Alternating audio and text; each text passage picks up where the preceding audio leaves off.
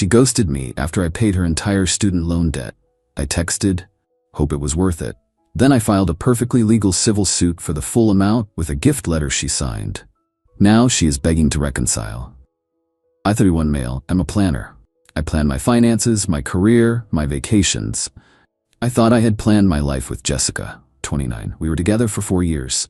It felt solid. We talked about marriage, kids, the whole 9 yards. Her biggest source of stress was her crippling student loan debt from her master's in fine arts. A little over $78,000. It was an anchor holding her back from her dream of opening her own small art gallery. I'm a software engineer. I make good money, and I'm a saver. After my last big project, I got a substantial bonus. We'd been talking about her debt for years, how it felt like this insurmountable wall. I saw a way to tear it down for her. For us. So I did it.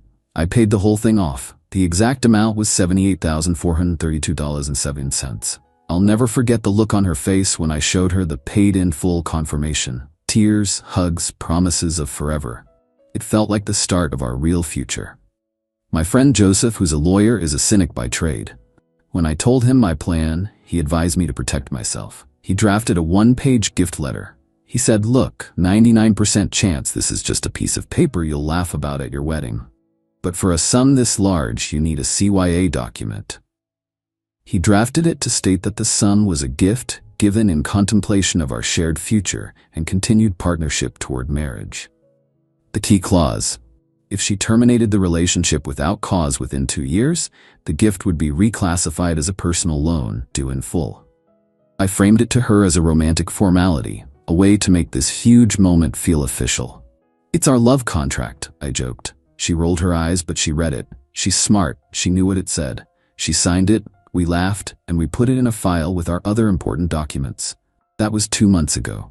About 3 weeks ago, the slow fade began. I'm busy, just tired, need some space. Then complete radio silence. Her social media went private. I went to our apartment, the one I pay 80% of the rent for, and her things were gone. All of them. She left nothing behind but an empty closet and a key on the kitchen counter. I was numb for a week. The hurt was immense. But the longer the silence stretched, the more the hurt began to crystallize into something cold and hard. This wasn't just heartbreak, it was a premeditated act. She had waited until the money was paid, and then she had vanished. Last night, I found the signed letter in the file. I sent a single text to her number, the first I'd sent in 2 weeks. Hope it was worth it. This morning, I met with Joseph. He read the document again. This isn't a simple case, he warned me. Her lawyer will call it emotionally manipulative, a contract of adhesion unenforceable. But her actions, the timing, the ghosting, they create a powerful narrative of fraudulent inducement. It's not a slam dunk, David. It's a risk, but it's a good risk. I told him to proceed. The civil suit was filed this afternoon. For the full amount plus legal fees. I don't want her back. I want what's mine. I feel empty but also weirdly calm. I've taken the first step on what I know will be a very unpleasant and very long journey. Update 1. Things move slowly in the real world. Getting her served was the first hurdle. She was hiding out at her parents' place. After the process server finally got to her, the predictable explosion of texts and voicemails came. I ignored them all, as Joseph instructed. She showed up at my door one night. I almost didn't recognize her. The stress was visible.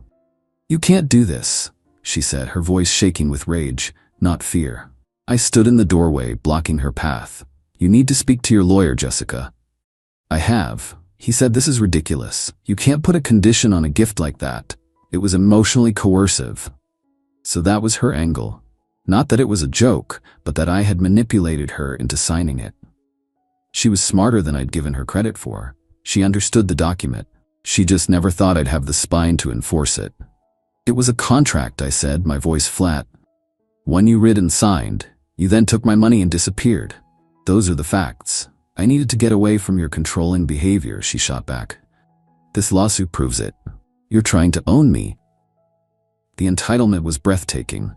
She had calculated every step, and her only miscalculation was me. She thought I'd be a heartbroken mess who would eventually just write it off as a bad breakup. She never imagined I would become a plaintiff. You made a business decision, Jessica, I said, my voice cold. You cashed me out for a debt-free future. Well, business decisions have consequences. This is one of them. I closed the door on her sputtering rage. Joseph had already received the response from her lawyer, a motion to dismiss on the grounds I'd mentioned. He told me to settle in. The first hearing for the motion wouldn't be for another 2 months. The grind had begun. Update 2. The wheels of justice grind slowly, and they grind you down. We spent months in procedural limbo. Finally, 2 months ago, we had the hearing for her motion to dismiss. The judge, a stern-faced woman who looked like she'd heard every excuse in the book, listened to both sides. Jessica's lawyer painted me as a manipulative ex. Joseph presented the clear timeline: relationship, massive financial event, immediate ghosting. He argued it showed clear intent to defraud. The judge didn't rule immediately, taking it under advisement. For weeks, I was on edge. Last month, the ruling came down. Motion denied. The judge agreed there was enough evidence of potential fraudulent inducement to let the case proceed. It was a huge victory, but all it meant was that the real fight was just beginning. This is when her family's behavior escalated. Her brother Richard moved past vague social media posts. He left me a series of voicemails, each more aggressive than the last, calling me a psycho and a loser who can't handle being dumped. The final straw was when he showed up in the parking lot of my office building as I was leaving work. He blocked my car with his, got out, and started yelling about how I was ruining their family. I didn't engage. I locked my doors, recorded him on my phone, and called building security. It was all the evidence Joseph needed. We filed for an emergency protective order. Richard, being served with that by a sheriff's deputy, seemed to finally shut him up. With the case moving forward, Joseph went on the offensive. He told me his theory about her wanting to clear her debt for a reason. He filed a broad subpoena for her financial records and communications related to her gallery project for the 6 months prior to and following the payoff. That subpoena was the stone I'd thrown into the hornet's nest. Update 3. The subpoena kicked off a whole new war. We got back Jessica's bank records, which showed nothing but her usual spending. But her lawyer filed an aggressive motion to quash the part of the subpoena demanding her communications, specifically with a man named William Price. Bingo. Joseph's hunch had been right. William Price is a big deal in the local art scene, a wealthy gallery owner and investor. His lawyers were all over this, arguing his communications were proprietary and he was an irrelevant third party being harassed. For a moment, it looked like they might win. Jessica's side got cocky. I even got a smirking email from her lawyer suggesting I drop the case before I embarrassed myself further. We had another hearing. It felt like my life was just a series of beige conference rooms and tense waiting periods. Joseph argued that William's relationship with Jessica was the entire motive for the fraud. If she promised him she would be debt-free to secure his investment, then their communications were the most relevant evidence in the case.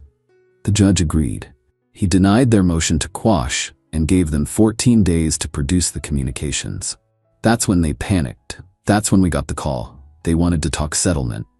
Now, final update. 18 months after initial post, it's over.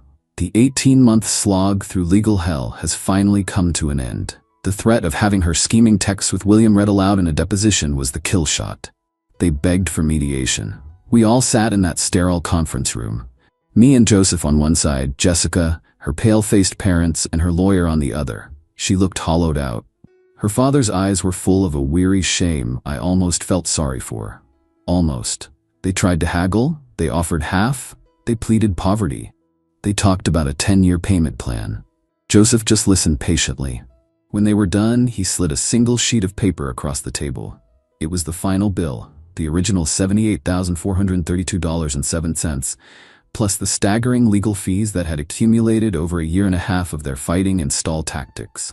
The total was just shy of $100,000. "This is the number," Joseph said quietly. "You can pay it, or we can read Mr. Price's text messages next Tuesday at Jessica's deposition. Your choice." Her mother let out a strangled sob. Her father looked at Jessica, a lifetime of disappointment in his gaze, and said to his lawyer, "It's over. Give him what he wants." The settlement was brutal. To pay me, her parents had to refinance their home, pulling out all their equity. Jessica had to sell her car and liquidate a small inheritance she had from her grandmother. The money was wired to my trust account last week. The consequences were total. William Price, whose lawyers had kept him informed, cut all ties with her permanently.